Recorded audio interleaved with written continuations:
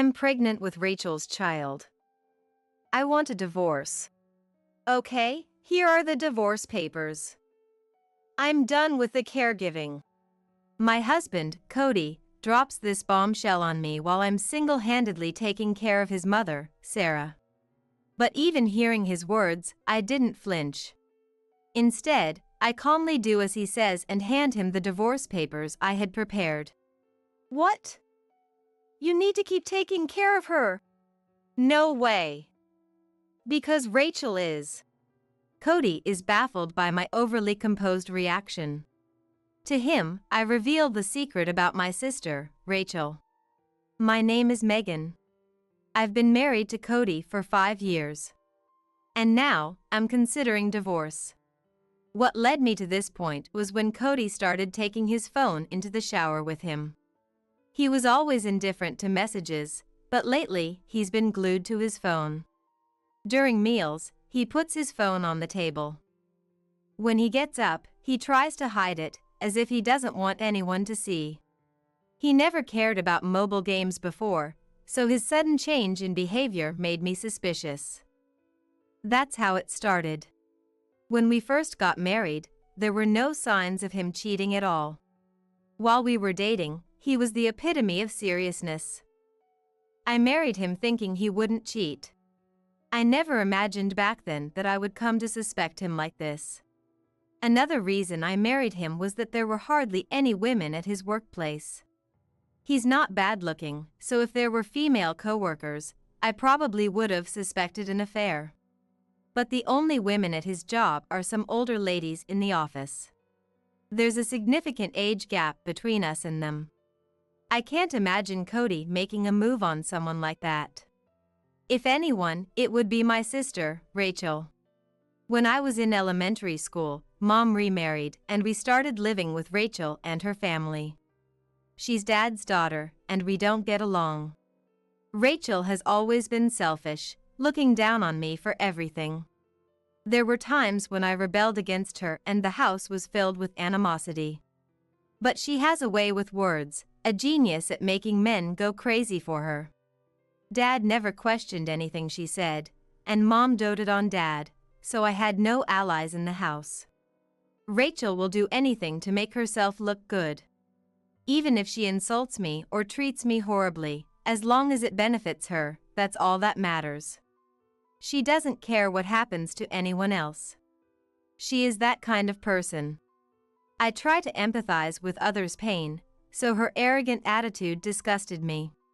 Rachel must be lonely without any sisters, so she's taking it out on you. Forgive her. She'll realize how kind you are someday. Mom would always say when I complained about her, convincing me to be patient. Mom absolutely adored Dad. So much that she was blind to everything else around her. Dad skillfully deceived Mom like that and cheated on her with multiple women. Working in sales for an IT company, Dad was away on business trips for most of the year. He was hardly ever home. So whether he was cheating or doing whatever else, Mom probably never noticed. She believed in Dad, thinking that he loved her so everything was fine. I first noticed Dad's suspicious behavior when I was in 5th grade. He started fidgeting with his phone constantly, not putting it down even during meals. It was way too late for calls from clients, and more than anything, the look on his face when he got a message was creepy. He'd always check it while hiding it from Mom, replying with a lecherous grin. He never acted like that before, but lately he doesn't even try to hide it. Dad must have realized that Mom was infatuated with him. Out of curiosity, I peeked at Dad's phone and saw a list of secret meetings and date plans with women I didn't know. Seeing that, I despised Dad from the bottom of my heart. I couldn't forgive him for using Mom's feelings and playing with her. I felt hatred. Your mom is an idiot too. Do you really think a guy like Dad would be satisfied with such a plain woman? Rachel had noticed Dad's behavior. She knew why Dad married Mom and said something shocking to me. Dad married your mom because he wanted a convenient woman. Your mom is a good cook and housekeeper. For Dad, who has no money problems, he gets someone to look after the kids and can make time for himself too. That woman was used just for that. How ironic, Rachel said mockingly, and anger welled up inside me. Mom respected Dad, and she put effort into cooking because she wanted his approval. I supported Mom for working hard for the person she loved and wished for her happiness. This father and daughter so easily trampled on Mom's feelings and toyed with her.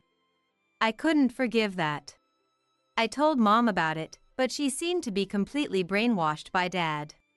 She wouldn't listen to me at all. Instead, Mom yelled at me. She said it was terrible of me to talk about Dad like that. After that, I gave up trying to convince Mom. There was no one in this house who understood me. I felt like I had no place where I belonged. The turning point in my life came when I started high school.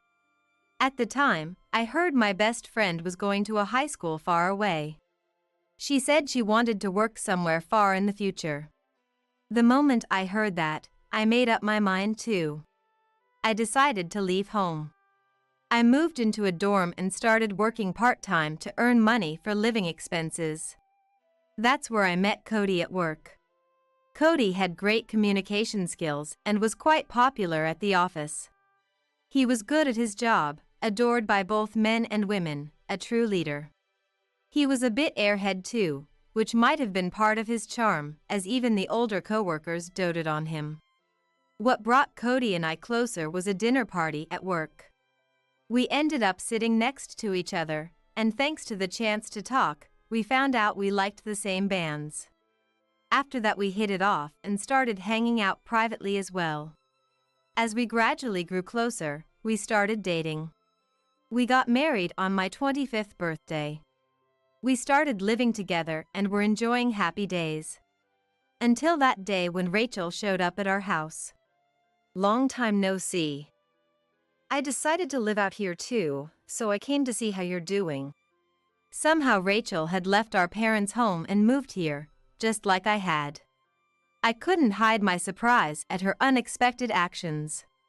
Why are you here, Rachel? Weren't you working near Mom and Dad's place? The salary doesn't go up much over there, and you know, I always dreamed of city life. So I decided to take the plunge and move. That's a lie. There's no way Rachel would move here for a reason like that. There must be some ulterior motive. I was suspicious, but in the end, time passed without me figuring out her objective. Hello. I came over to hang out again today. 5 years had passed since Rachel moved here. She started practically living at our house. The reason was Cody. Around this time, Rachel began making advances toward Cody. Cody, who worked for a construction company, usually had weekends off. And every weekend, Rachel would show up at our place. She worked for a subcontractor of Cody's company, so she probably knew his days off. Using the excuse that she didn't have any friends here, she would invite herself over. Rachel, good work today. You came again. Cody, I'm here again today. Speaking in a cloying voice, Rachel cozies up next to Cody. She plops down beside him like it's the most natural thing, then looks over at me with a triumphant grin. Seeing that expression makes my anger well up, but what irritates me even more is Cody. You can come over anytime. It gets lonely with just Megan and me here. I'm happy when you drop by, Rachel. With a vulgar smirk on his face, Cody seems not entirely opposed to the idea. The way his gaze is directed not at Rachel's eyes, but her chest, even makes me feel disgust. Rachel must notice Cody's stares too, as she wraps her arm around his in a way that accentuates her body, happily pressing her breasts against him. How many times have I witnessed this scene by now? Even if I step in and say this isn't that kind of place, the two of them won't listen to a word I say. Are you going through menopause or something? You get all worked up as soon as Rachel comes over. Quit it with that attitude. You're making Rachel feel bad. Cody, you're so kind. I might fall for you. But it's okay. I'm sure Megan is just jealous seeing you be so nice to me. Even though we don't have that kind of relationship. The two of them exchanged glances, agreeing with her words. I couldn't believe a single word that came out of Rachel's mouth. Because ever since we were young, Rachel always wanted to take everything that was mine. Just me getting a new toy was enough to make her throw a huge fit and cause trouble for our parents. In middle school, just seeing friends who had nothing to do with her being close to me made her so jealous, she'd try to tear them away from me. Just me having something she didn't was enough to make Rachel feel inferior and try to take it from me. It was a bad habit of hers. And now, that same sister was coming over to our house nearly every weekend. I couldn't help but feel anxious. And it was around that time when Cody started carrying his phone with him everywhere, not letting it out of his sight, even taking it into the bathroom. Just like Dad used to. Intuitively, I felt he was cheating.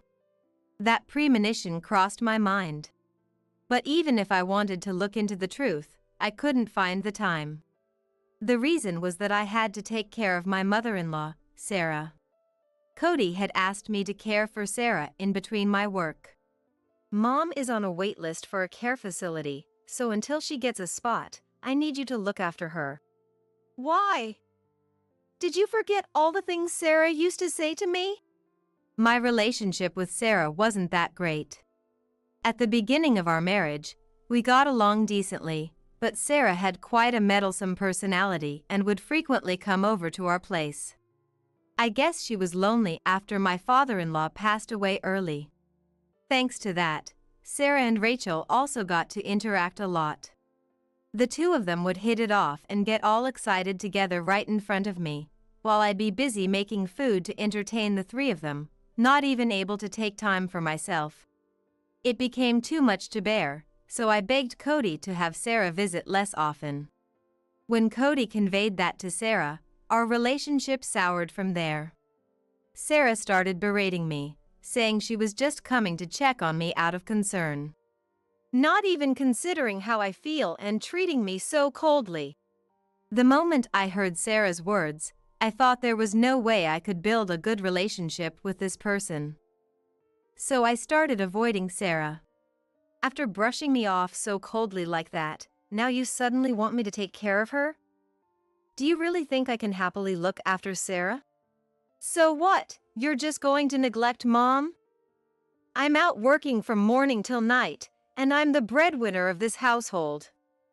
If you're going to selfishly disregard Mom like that, then wait until you earn as much as I do before complaining.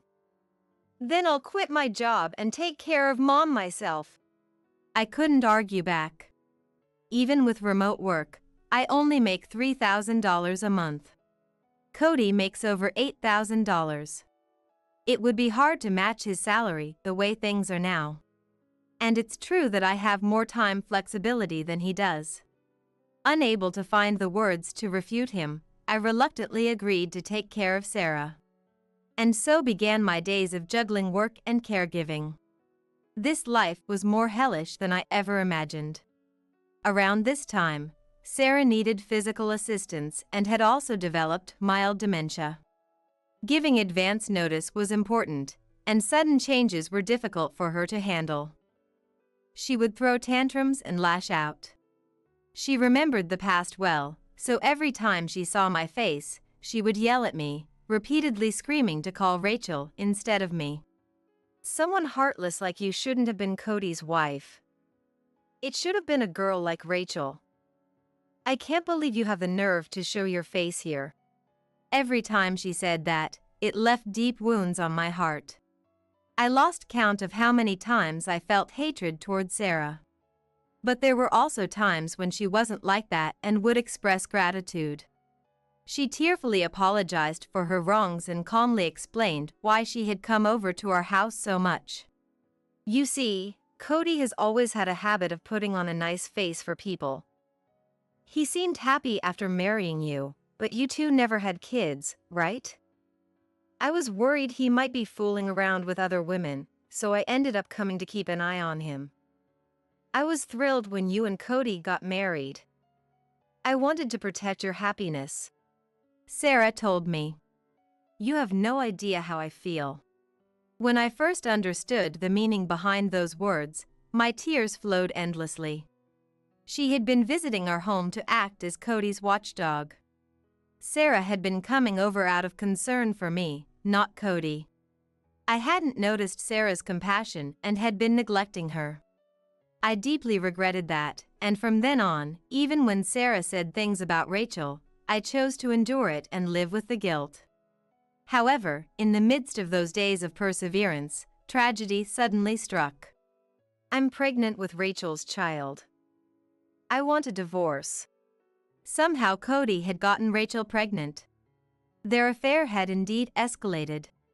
Honestly, rather than being shocked, I calmly thought this was just as I had expected. What do you mean? Exactly what I said. I got Rachel pregnant. If I don't acknowledge it as the father and take responsibility by marrying her, it'll be sad for Rachel and the baby, don't you think? Sad? Hatred swelled at Cody's words. He was worried about Rachel and them, but didn't spare a thought for me. I was his wife, but I could see clearly that in his eyes that I was just an obstacle. It'd be lonely and sad for the kid to not have a dad since birth. Luckily you and I don't have any children, so divorcing shouldn't be a problem, right? You make enough income to live on your own. Our love had already gone cold anyway. Fed up with Cody talking and laughing like that, I pulled out the divorce papers from the living room drawer. Actually, early in our marriage, Cody and I had a huge fight over differences in values. At that time, the topic of divorce came up and Cody had prepared these divorce papers. Our signatures were already on there, and all that was left was to submit it. Although things had deteriorated to that point, once we cooled down, we talked it over and called off the divorce. I had kept these divorce papers in case something happened. Here, the divorce papers. I'm done with the caregiving. When I showed him the divorce papers, Cody flashed a defiant grin. He probably thought that with this, he could leave me and find happiness with Rachel. That he would finally be free from this hell. But the world isn't that easy. When I told Cody, elated, that I would abandon the caregiving, he made a perplexed face. What? You need to keep taking care of her. Cody must have panicked when I suddenly declared I was done with the caregiving. He stared at me in a fluster. Why? We won't be married anymore, so I have no obligation to look after Sarah. You owe her for taking care of you, don't you? You're not going to repay that kindness? Cody was just parroting the words without knowing what Sarah meant by kindness. It really got on my nerves. You have no clue what feelings were behind Sarah's actions, so can you stop spouting nonsense? What did you say? In the first place, if you had just behaved properly, it wouldn't have come to this. Cheating and acting without discretion, do you realize how pathetic that is? Cody must have gotten upset at being confronted with the hard truth. He suddenly raised his voice. It's your body's fault for not being able to have kids, isn't it? You couldn't satisfy me as a woman, so the cause lies with you. A bottom-tier woman like you has no right to complain about being cheated on. It's your fault for not working harder on improving yourself. No matter what I said or how I said it, Cody retorted with absurd arguments. Appalled by how terrible he was, I let out an exasperated sigh. Since you're a woman who can't satisfy me, at least keep up the caregiving. Rachel and I both have jobs, and now we've got a kid on the way. We can't be bothered to take care of Mom. Rachel is your sister, right? Your sister is having a baby. Do you not feel compelled to help out a little? No way. Because Rachel is. Cody was determined to make me continue the caregiving no matter what. To Cody, I revealed a shocking truth. She's not my real sister or anything, she's a complete stranger. Why should I have to give up my precious time for someone like that? What? It was the first time Cody had heard about my family situation. He was baffled by what I told him. You see, my dad and mom got remarried. Both of them already had kids. So Rachel and I are complete strangers. We're not related by blood, and just last month, my parents got divorced. Rachel's dad's cheating came to light and mom moved out. It just so happened that mom had asked me about living together, so your divorce came at the perfect timing. I had noticed you two were having an affair, so I thought of bringing up divorce myself. On top of the shock that Rachel wasn't my sister, Cody probably never imagined that I knew about their relationship. The dumbfounded look on his face was so ridiculous, I almost burst out laughing. By the way, Rachel's dad is a really difficult person. He can't rest easy unless the cleaning is thorough every single day, and he thinks people who don't respect their elders are scum. If we started eating before he took a bite, that would be enough to make him angry. Living at that house was so suffocating. I hated it so much that I left town when I was in high school. To get away from that family. As Cody heard these unexpected circumstances, the color drained from his face. He had fallen perfectly into Rachel's trap, and in an instant, he became anxious about the future. His reaction was so comical, I let out a laugh. Good for you, getting a divorce. I bet as soon as you divorced me, you were planning to move in with Rachel and live with her dad too, right? I'm sure such a blissful future awaits you now. How did you know that? Even if he could imagine living with Rachel, how did I foresee her dad getting involved? The answer is simple. I had thoroughly investigated the two of them. I hired a private investigator with my savings and requested an investigation into them. Of course, I had them look into Rachel and Cody, and also Rachel's dad. And then I found out that Rachel and Cody had even made arrangements to live with her dad. Not knowing what kind of person Rachel's dad was, Cody agreed to living together so Rachel wouldn't dislike him. The reason Rachel had been coming on to Cody was because she wasn't confident about living with her dad alone. She knew. She knew that her dad was an incredibly difficult person. I wonder why. Why don't you try to figure it out yourself? Oh, that's impossible. If you had the brains to think it through, you wouldn't have so easily agreed to this cohabitation proposal. You little... Provoked, Cody's anger must have swelled.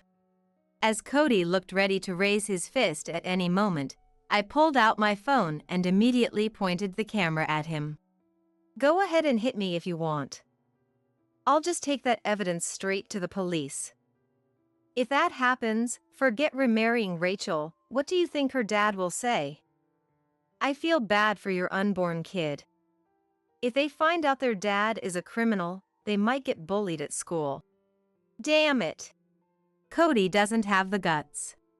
As soon as he heard the word police, he lowered his fist, glaring at me while biting his lip in frustration.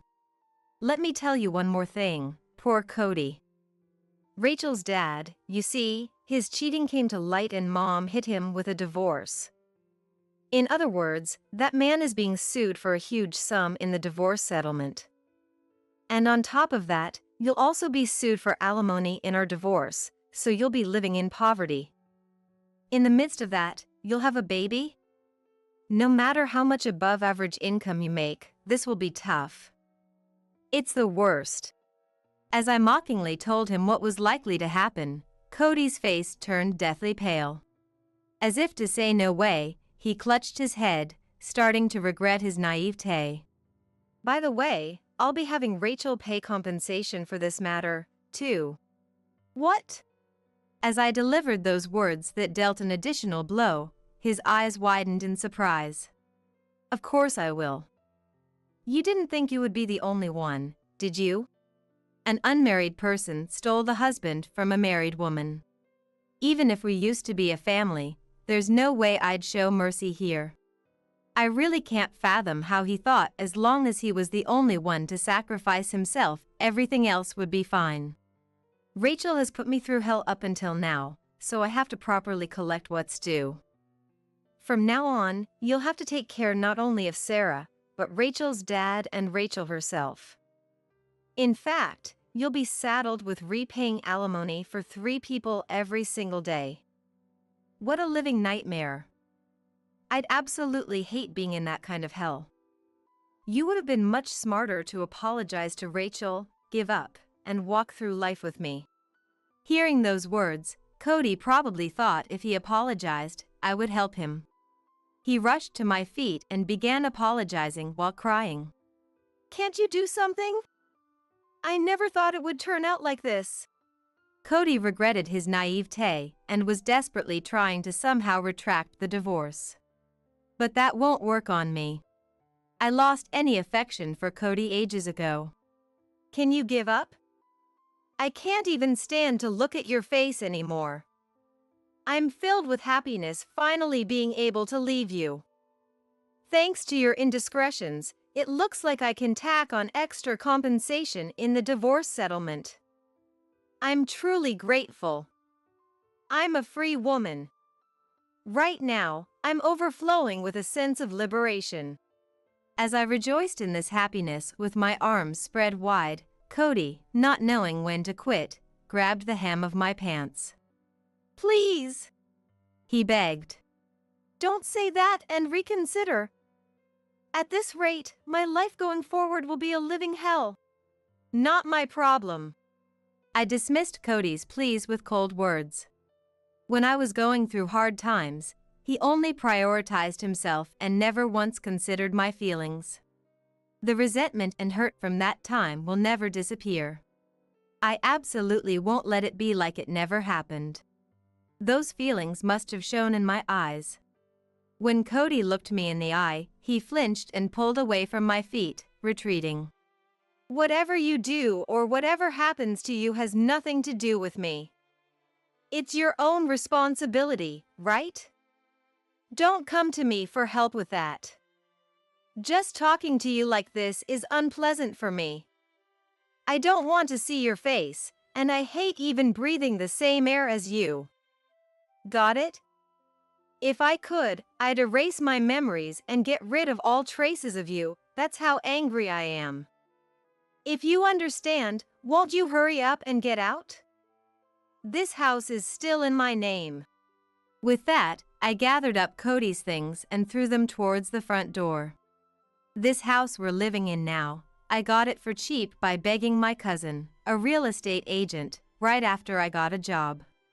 Cody was looking for a place to live, too, so he had no objection to me getting this house.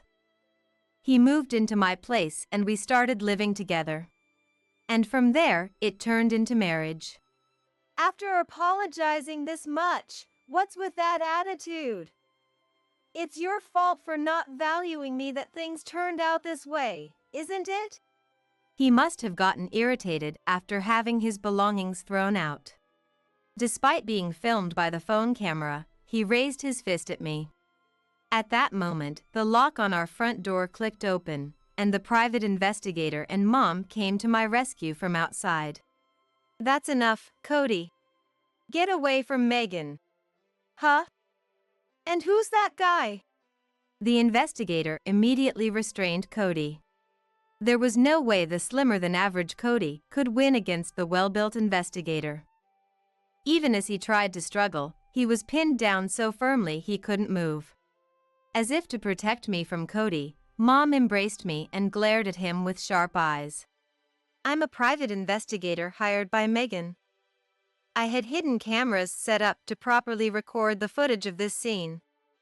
Of course, we'll be using that as evidence. Hearing about the cameras, Cody regained his composure, a look of despair on his face. I was worried my phone alone wouldn't be enough, so I had them set up in advance. Thanks to that, we had evidence of the assault and witnesses too. Cody's life was completely over, and he realized that, at a loss for words. Your actions just now constitute assault. If you don't want to make the damage any worse, quietly take your things and leave. You have no chance of winning. Hearing the investigator's words, Cody gave up his futile resistance. Megan, I'm so sorry. I was wrong. This was all a mistake.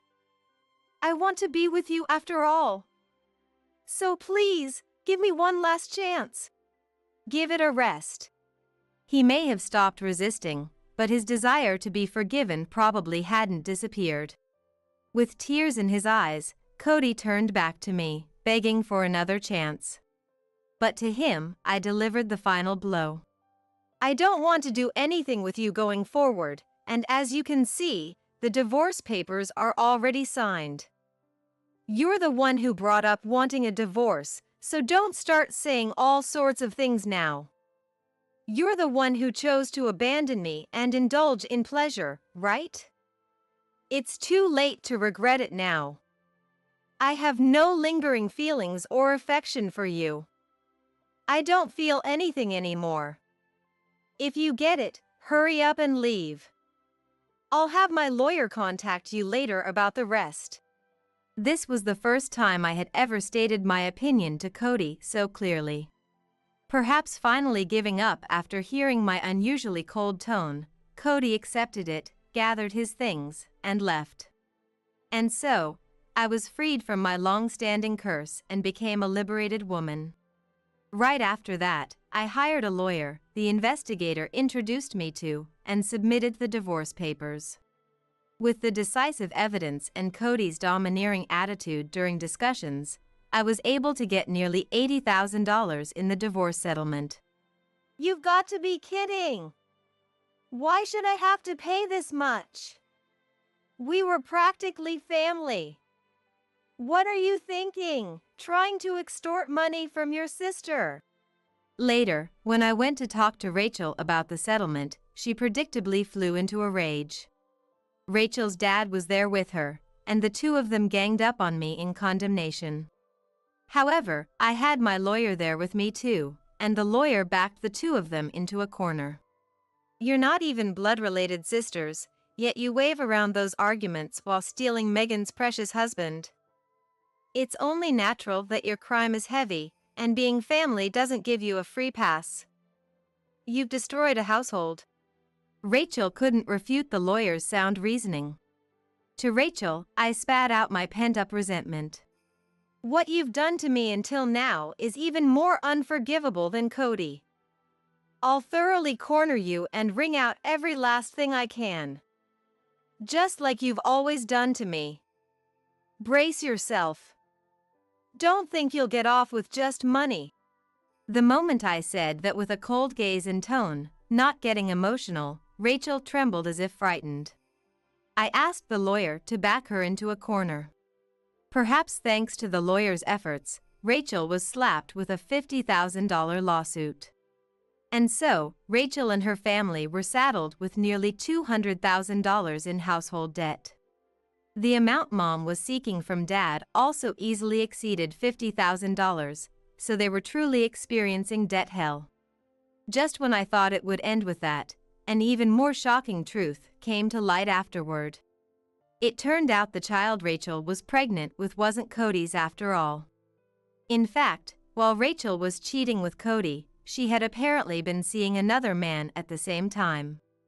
The baby in Rachel's belly was that man's child, and Cody was uninvolved. What's more, that other man was Cody's subordinate at work.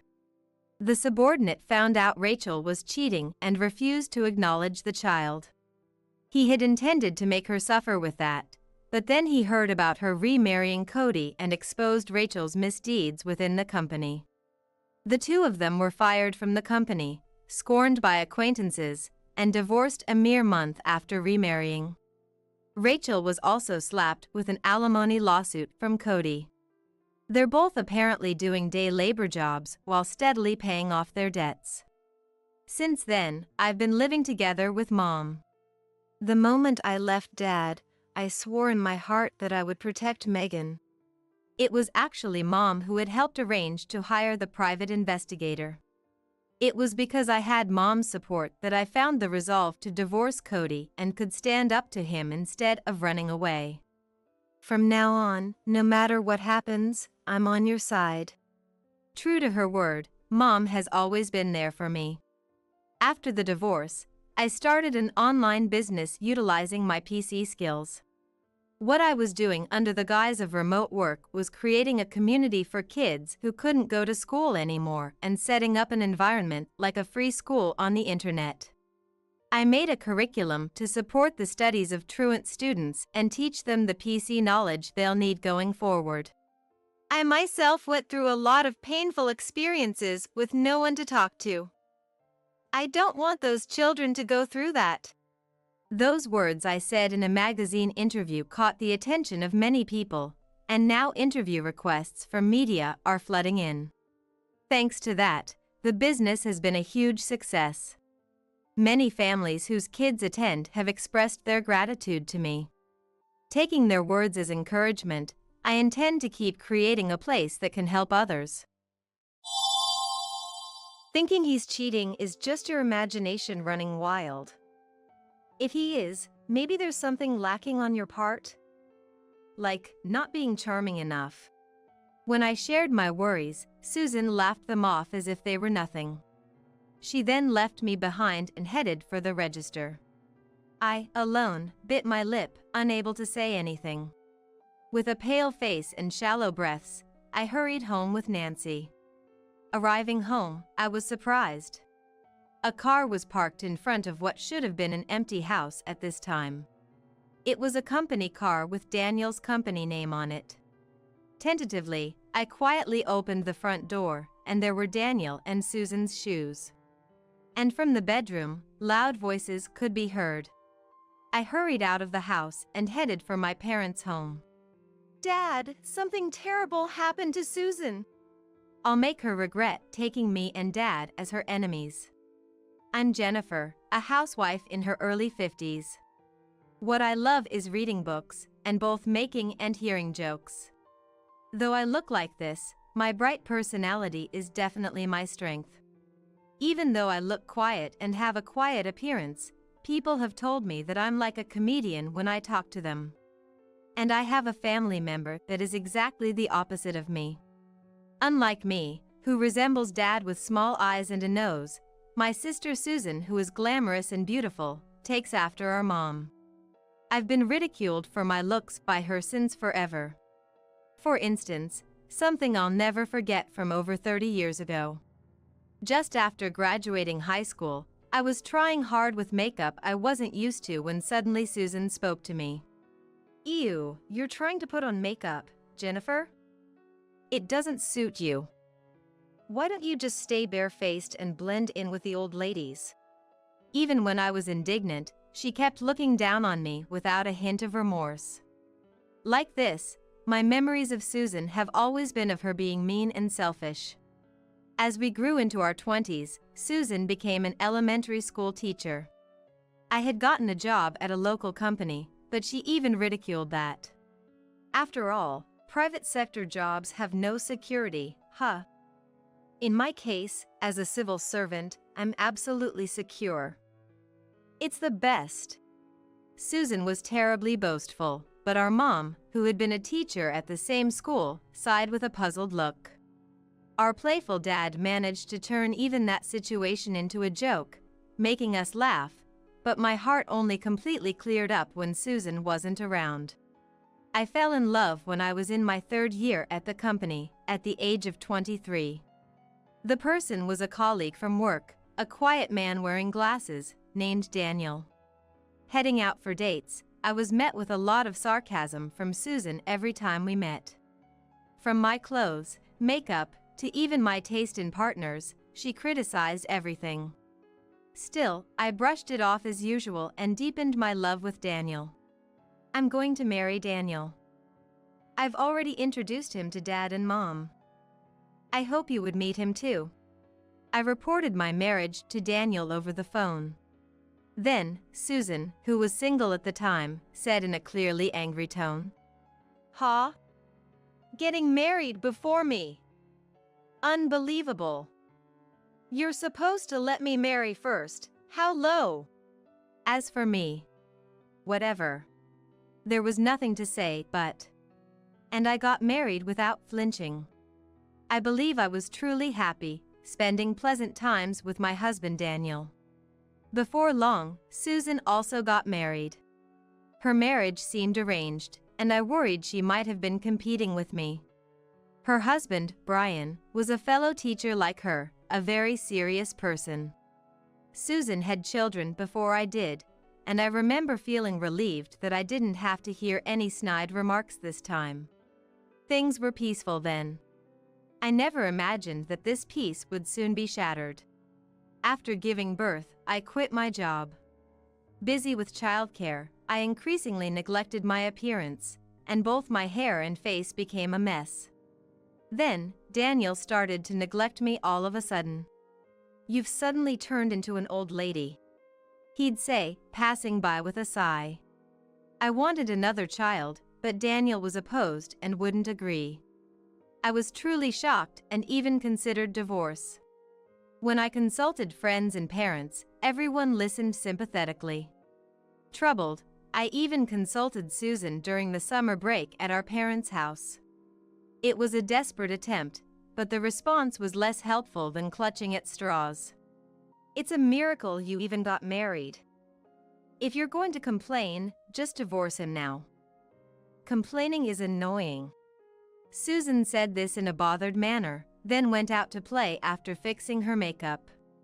Left behind was Brian, taking care of the kids, looking somewhat cramped at his wife's family home. While thinking I couldn't get along with Susan, I was troubled by Daniel's coldness. Yet, time passed without me being able to decide to leave him. Now, nearly 30 years later, the worries of my youth were lost in the busyness of life, and I ended up not divorcing Daniel.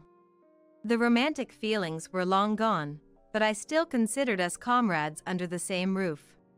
When my daughter Nancy became a middle schooler, I started a part-time job as a cashier, giving me a place outside of home. However, the store where I had been working part-time for many years was going to close.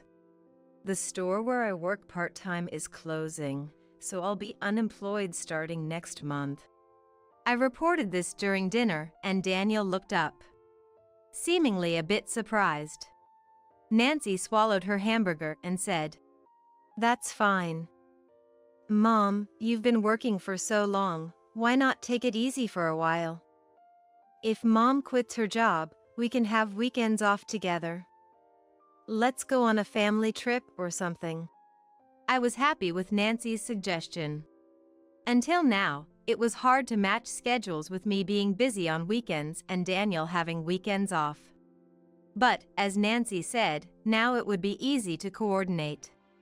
Nancy works in the service industry, so despite being a full-time employee, she can choose her days off to some extent.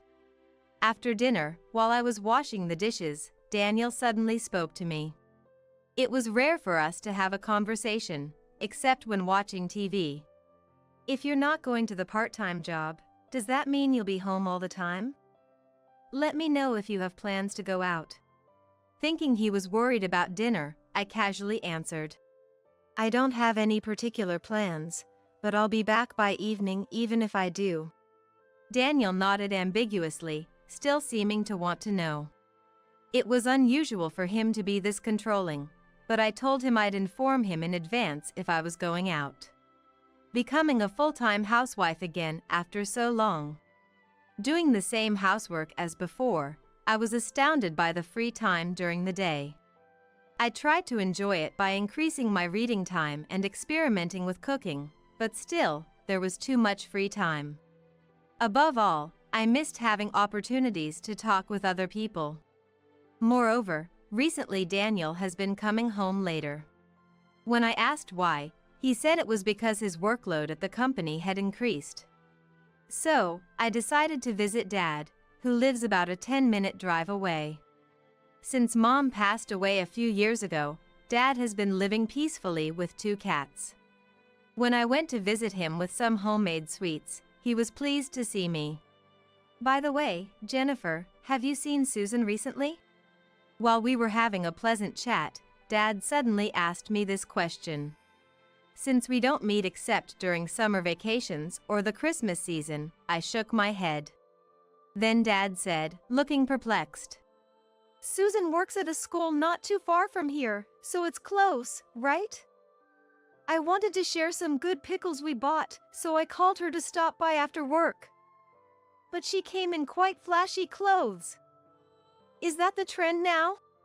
I couldn't answer since I hadn't seen the actual outfit. Incidentally, I don't like pickles, but Susan loves them. Something was odd. Susan's mobile phone rang on the table, and when I tried to pass it to her, she got really angry and said not to touch it. She also insisted on keeping the mobile phone face down, and when I warned her the screen could get scratched, she glared at me. It was just a small story, but I felt a complex mix of emotions. That's because Susan used to not care about how her mobile phone was placed. Wondering what was going on, I returned home. At dinner that day, I casually mentioned this story in front of my family. I stopped by our parents' house today, and it seems something's off with Susan. She's become flashy, and she insists on keeping her mobile phone screen down. I wonder what's happening. To me, it wasn't just a feeling of discomfort, but also one of worry. Then, Nancy spoke up. Maybe Aunt Susan is having an affair? I almost dropped my fork in surprise. Daniel choked on his soup. I saw somewhere that those are signs of someone having an affair. There are also other signs like going out more, coming home late, excessively checking the partner's schedule, and so on. Hearing this, I instinctively looked at Daniel. Some of the traits Nancy mentioned matched him perfectly. I thought it was overthinking, but I couldn't help but be concerned. Don't talk about those things outside the house. It's embarrassing. Daniel frowned, having noticed my gaze. The next day, I unexpectedly encountered Susan. I ran into her at the convenience store near our house. Wait, Susan? It's rare to see you around here. Going to Dad's place? Perhaps because I spoke so suddenly, Susan jumped in surprise. Turning around, Susan was wearing heavy lipstick and a large scarf. Her outfit was flashy, and I could understand why Dad was concerned. After chatting briefly with Susan, I remembered the conversation from last night. It was difficult to ask her directly, but I thought maybe I could discuss about Daniel. Yesterday, Nancy was talking about the signs of someone cheating. And a lot of it matched up with my husband. I was shocked. It couldn't be, right? I'm kind of worried. Ignoring my sigh, Susan browsed the drinks. Then she replied in a light tone. Thinking he's cheating is just your imagination running wild. If he is, maybe there's something lacking on your part. Like, not being charming enough. Her attitude seemed to dismiss it as not important, which irritated me a bit. Susan quickly ended the conversation and headed to the register. Left behind, I bit my lip, unable to say anything. Then, a few weeks later, on a Sunday, just as I had almost forgotten about the conversation on cheating, I was out to see a movie. To enjoy a movie I was looking forward to in a good environment, I traveled a bit farther to a new cinema. Just as I was about to arrive, my mobile phone suddenly rang. Mom. I'm sorry. Can you come pick me up? I feel sick, Nancy said with a strained voice over the phone. I was surprised. What happened? Are you okay? I'll come right away, so wait for me. I hurriedly changed my destination to Nancy's workplace. When I arrived, Nancy had come out to the building's exterior. It seems the cause of her ill health was her period. It was so bad, she even felt nauseous. Let's just go home for now. I'll go to the gynecologist later, Nancy said, so we headed home for the time being. A few minutes later, I drove safely and arrived in front of my house, and I tilted my head. The company car of Daniel's workplace was parked in front of our house. Since Daniel is in sales, he might have stopped by the house in the middle of his rounds for some reason. Perhaps he forgot something. He knew I wouldn't be home today, so it's possible he couldn't ask me to receive a delivery. Without thinking much, I parked my car and opened the front door with Nancy. There were women's shoes. Women's shoes that weren't ours were in the entrance. Of course, Daniel's shoes were there too. I felt a chill run through my entire body. The conversation about cheating suddenly came back to me. Then I noticed strange noises coming from the bedroom. It seemed they hadn't noticed us yet. Leaving a pale-faced Nancy, who was feeling sick not just from her condition, at the entrance, I approached the bedroom. And then, I stopped. Because I recognized the voice more than anyone else's. Susan. I murmured involuntarily. Daniel was in the midst of it with Susan. I quietly returned to the entrance without making a sound. Leaving the unwell Nancy at the entrance, I hurriedly drove off. I was headed to my parents' house. Arriving at my parents' house, Dad was just tending to the garden in the yard. Dad, something terrible happened to Susan. I pulled Dad into the car. Dad was somewhat muddy, but that was the least of my concerns. I explained the situation as we headed back home. After hearing everything, Dad nodded with his mobile phone set to record mode. All right, leave it to me. Dad, holding the latest model mobile phone he had lined up to buy using his ample free time in retirement. At this point, it was hard to guess what he was planning to do, but I was beyond trying to stop him. Do you want to go in seriously, or do you want to make a mockery of it? Asked this, I responded immediately. Please make it somewhat humorous at first. I'm definitely going to divorce him, so I want to hire a lawyer and show them this. There might be 2 dirty bodies caught on camera, and we need to neutralize the grossness. Dad nodded firmly. Before long, we arrived home. Nancy was sitting outside the entrance, hugging her knees and looking down.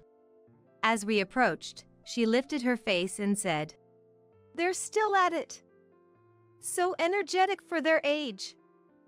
And sorry, I felt so sick I threw up." Nancy looked really distressed. She had come home early to rest, and getting caught up in this was the last thing she needed.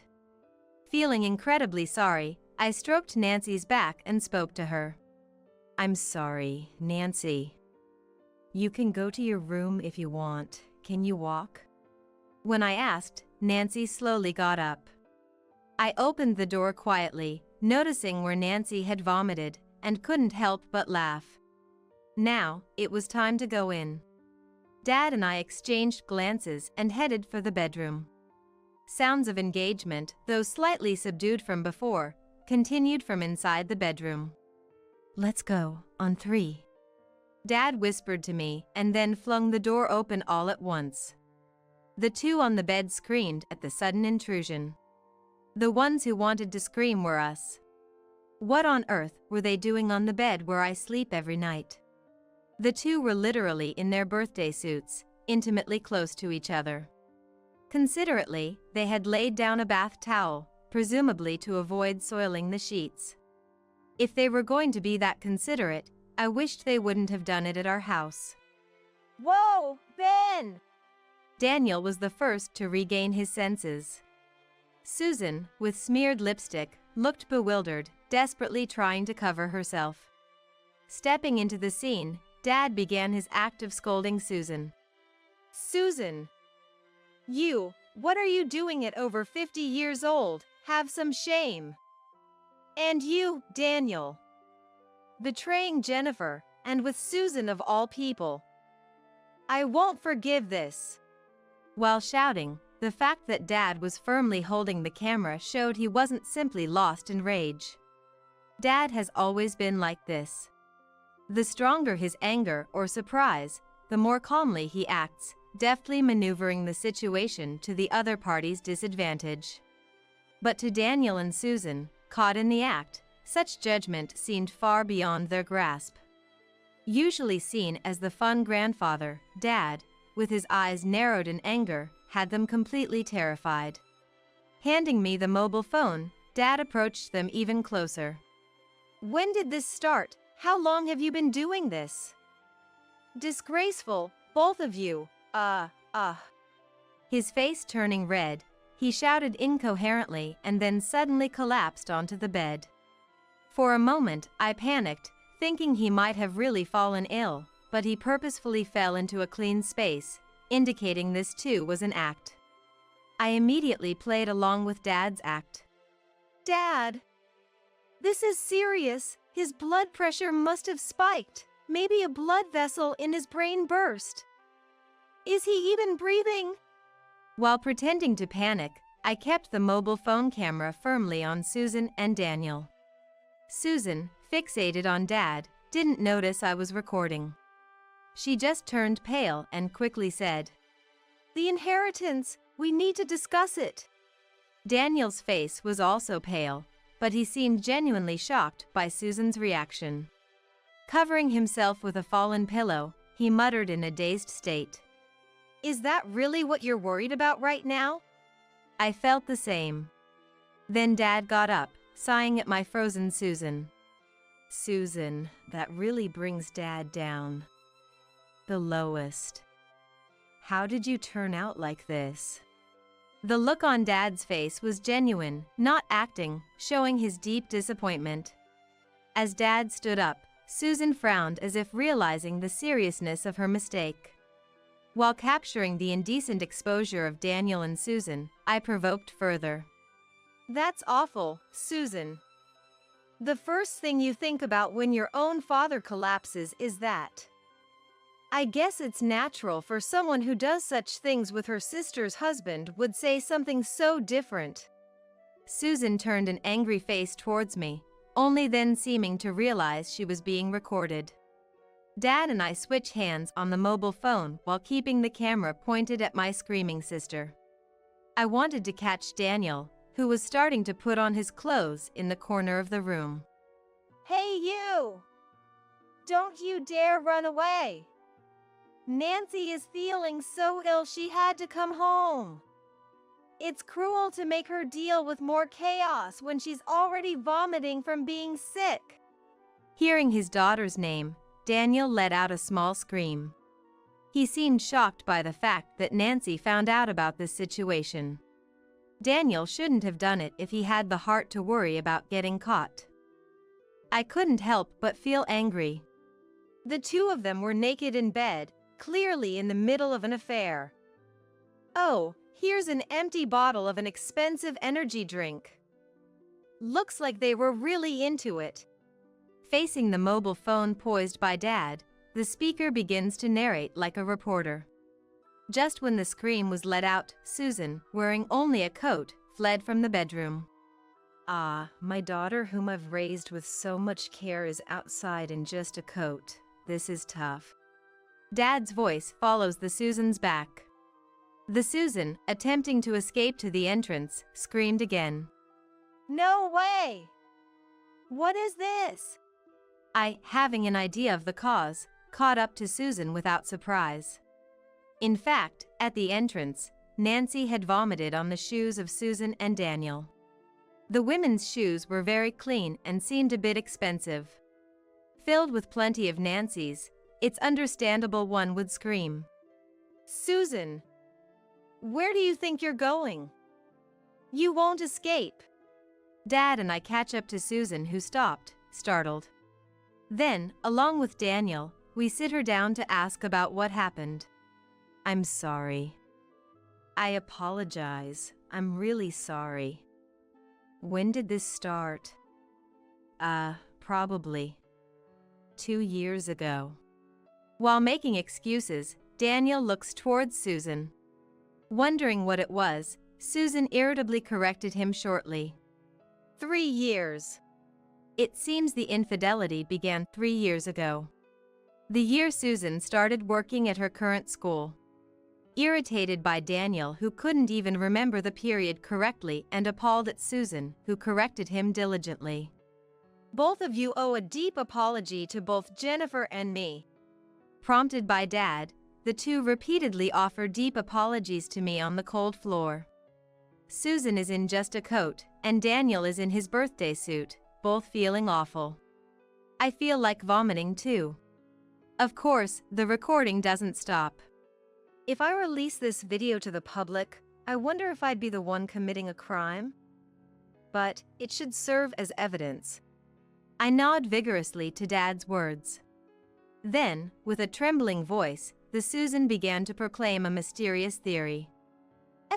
Families can't sue each other. Surely, within a family, it's not a crime. Honestly, I had no idea what she was talking about. How could she say that such a serious misconduct as infidelity within a family isn't a crime? Upon further inquiry, it seemed she was misinterpreting a rule that theft among family members may not always be considered a crime. Even so, you'd think it's obvious this case wouldn't apply. A few hours later, Nancy and I sought refuge at Dad's house. I didn't want to be inside a house where such things had happened. We urgently needed to find a lawyer. Given Susan is married, it was necessary to inform her husband and children as well. I'm in for a busy time, I thought, rolling up my sleeves. Being betrayed by Daniel and Susan was a real shock. The fact that I wasn't hungry even at midnight was because my appetite had completely vanished. Closing my eyes, I couldn't sleep, recalling the disgusting voices of Susan and Daniel. Yet, I didn't feel defeated. Not sadness or despair, but anger filled my heart. Days later, I visited a lawyer's office. Showing him the footage, the lawyer watched intently, taking notes without a laugh. But when Susan brought up the families can't sue each other mysterious theory, he couldn't help but burst into laughter. Ah, so that's where the lawyer's funny bone is, I thought admiringly, though it was pointless. According to the lawyer, I could claim alimony from both Daniel and Susan in the divorce proceedings. Of course, a divorce was also possible. Considering the division of marital assets and the possibility of being claimed for alimony by Brian, Daniel seemed likely to end up penniless. Furthermore, I discussed wanting to tell everything to Susan's family and Daniel's parents, my in-laws. The lawyer advised that it would be best to wait until the divorce was finalized. So, I immediately went to get the divorce papers. They were to be presented to Daniel as soon as the consultation on the division of assets was finished. Just 1 week later, my divorce was finalized. Perhaps thinking there was no way to deny it after being caught on tape, Daniel agreed to the divorce without fuss. I was the one who filed the divorce papers, and Daniel went to work as usual today. He must be acting as if nothing happened at work right now. After filing for divorce, I immediately visited my in-laws in the neighboring state to greet them and show them the infamous video. My in-laws, having decent values, were furious with their son Daniel and understood my claim for compensation in the divorce proceedings. I told my in-laws, "I truly appreciate everything up until now. Nancy has decided to continue living with me. She's your granddaughter too, so if you'd like, please continue to have a good relationship with her. However, she has said she never wants to see Dad again and does not consider him a parent anymore. Please be considerate of that." My in-laws nodded in agreement, looking downcast. A few hours later, after finishing our talk and leaving Daniel's family home, I headed to a place I had previously arranged to visit. It was Susan's home. Waiting there were Brian, who had taken a day off, and Susan's son, Thomas, who is already married and independent. I handed them a copy of the video and the lawyer's business card. I intend to claim compensation from Susan in the divorce proceedings. Of course, Brian, you can also claim from both Susan and Daniel. At my words, Brian nodded grimly. Then, the screening began there as well. Thomas left partway through and didn't come back. Brian watched the screen till the end, his face turning pale, tears welling up in his eyes. While I was at Susan's house, she came home. Looking at the clock, it was already 6 p.m. It had gotten dark before I knew it. Seeing me, Susan was so shocked she nearly collapsed. Noticing Thomas from another state and Brian, who would usually still be at work, she started trembling. Welcome home, Susan.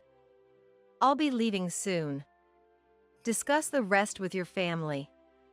Oh, and you should be getting a claim for compensation from my lawyer soon for the divorce proceedings. Make sure to pay it. If you don't, it might even reach your workplace, so be careful. With that, I left Susan's house.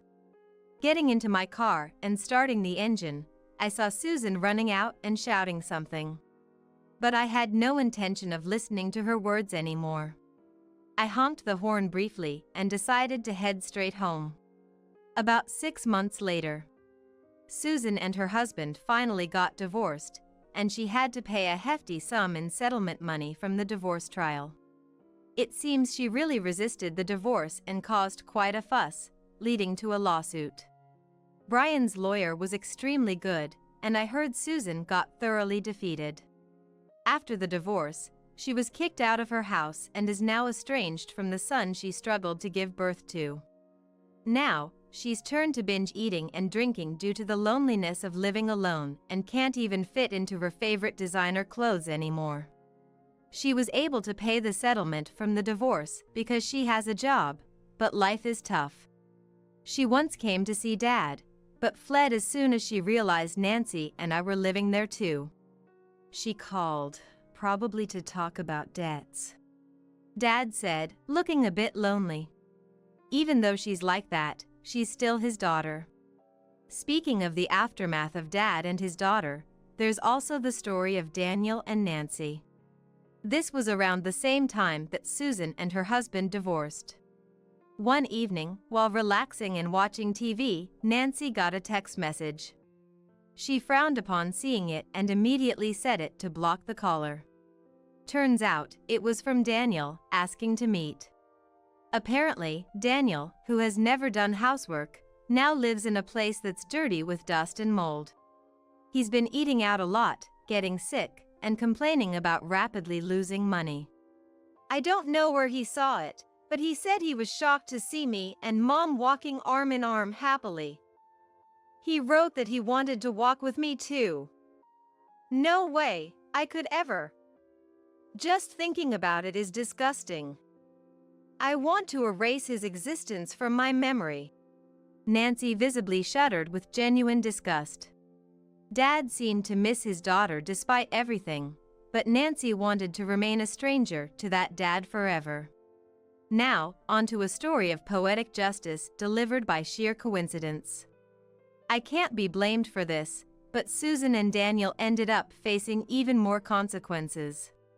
Let's rewind to when Susan and her husband were in the midst of their divorce drama. It seems that not only were they involved, but Thomas's family got dragged into numerous family meetings as well. During such a tumultuous time, Susan's 4-year-old grandson, James, was observing the sad state of the adults. At 4, he's practically still a baby. Naturally, he couldn't fully grasp the gravity of the situation. Because of this, James ended up spilling the beans to his preschool teacher and friends, saying, "My grandma and my grandma's sister's husband was in bed naked. And so my dad, grandpa, and my great-grandpa got really mad. Why isn't it bad to sleep naked? Is it because you might catch a cold or something?" The other kids, finding the story amusing, told their families. Shocked by such an unbelievable tale, the parents likely gossiped among themselves. It's easy to imagine that even the teachers would have talked about it. The rumors spread uncontrollably. And just when Susan's divorce was finalized, the gossip reached Daniel's workplace and its associates. Somehow, the son of a business partner was the brother of Susan's grandson's friend. It's complicated and hard to follow. It just shows how unexpectedly far-reaching personal connections can be. In short, Daniel's infidelity became known at his company and among its business partners. Daniel quickly lost his standing. After all, not only was he divorced due to an affair, but the affair was with his sister-in-law, so being pointed at behind his back was inevitable. Just a month after the rumors started spreading, Daniel, whose career was once thought to be on the rise until retirement, chose early retirement due to the unbearable situation. Nancy learned of this outcome from her grandparents, Daniel's in-laws. That's divine retribution, and told me while laughing. Susan's situation was even more severe. After all, she was a school teacher. Being in such a position, it was the last thing she should have done, and she quickly became the subject of rumors. The gossip spread from child to child, then to adults, and in no time, it was known across other schools. After receiving complaints from parents, Susan realized for the first time that what she had done was known all around. Perhaps because she felt too uncomfortable, Susan requested a transfer to a school in a more remote area, hoping to live quietly in a place far removed from her current residence. But it was too late. The rumors of her misdeeds had reached her new assignment, far beyond her neighborhood. Moreover, rural areas are often much stricter about scandals than urban ones. Eventually, Susan, who was once so proud of being a teacher, had to take a leave of absence. Due to the rumors that she had an affair with her brother-in-law, all her friends distanced themselves from her. Now, she feels scared to be gossiped about by strangers wherever she goes, becoming somewhat reclusive. She will likely end up resigning. This was all relayed to me from Dad, who had heard it from Susan. The network of rumors is frightening. There seems to be no place of peace for the two anymore. When I first heard about the gossip, I was a bit scared, wondering if there were rumors about me as well. However, it appears that because I'm seen as merely a victim, Susan's younger sister seems like a serious person. The rumors about me are relatively mild. I was relieved that my serious appearance worked in my favor. 5 years have passed since that incident. I remain at home with Nancy and continue to live with Dad. I and Nancy, who is still single, are living a happy life while cherishing each other. Dad is still very healthy, and the family home without the condescending Susan feels incredibly comfortable. Nancy doesn't seem too keen on getting married. Now in her 30s, she continues to work hard as a proud single. I wondered if our parents' disastrous relationship influenced her, but that doesn't seem to be the case. After all, in today's world, there aren't many benefits for women to marry. There are drawbacks in terms of career, though. Well, I wouldn't mind having kids, but I don't think I need a husband. Nancy shrugged, recently promoted and now holding a significant position. She's commendable, my daughter. There's a cute junior at her workplace who seems to admire Nancy, but it's uncertain where that might lead. While Nancy maintains a good relationship with her grandparents, I no longer have any contact with them. Since Daniel started living with his parents, they've been considerate not to bother me. Within 6 months after retiring, Daniel had no place to go. He was on the verge of becoming homeless, but his parents were kind enough to allow him to live with him. In exchange, he is under strict surveillance, and his parents manage all his money. Deprived of any freedom, Daniel spends his days exhausted from tough daily labor jobs. I heard through the grapevine that he's been complaining about the cost of his medication and how his health has not fully recovered. As for me, I've recently started working again. I found a part-time job at a library, surrounded by books I love. Seeing students and families borrow books and leave with smiles brings me great joy. Dad, Nancy, and I are also planning a trip together. We're excitedly debating where to go, which is already fun.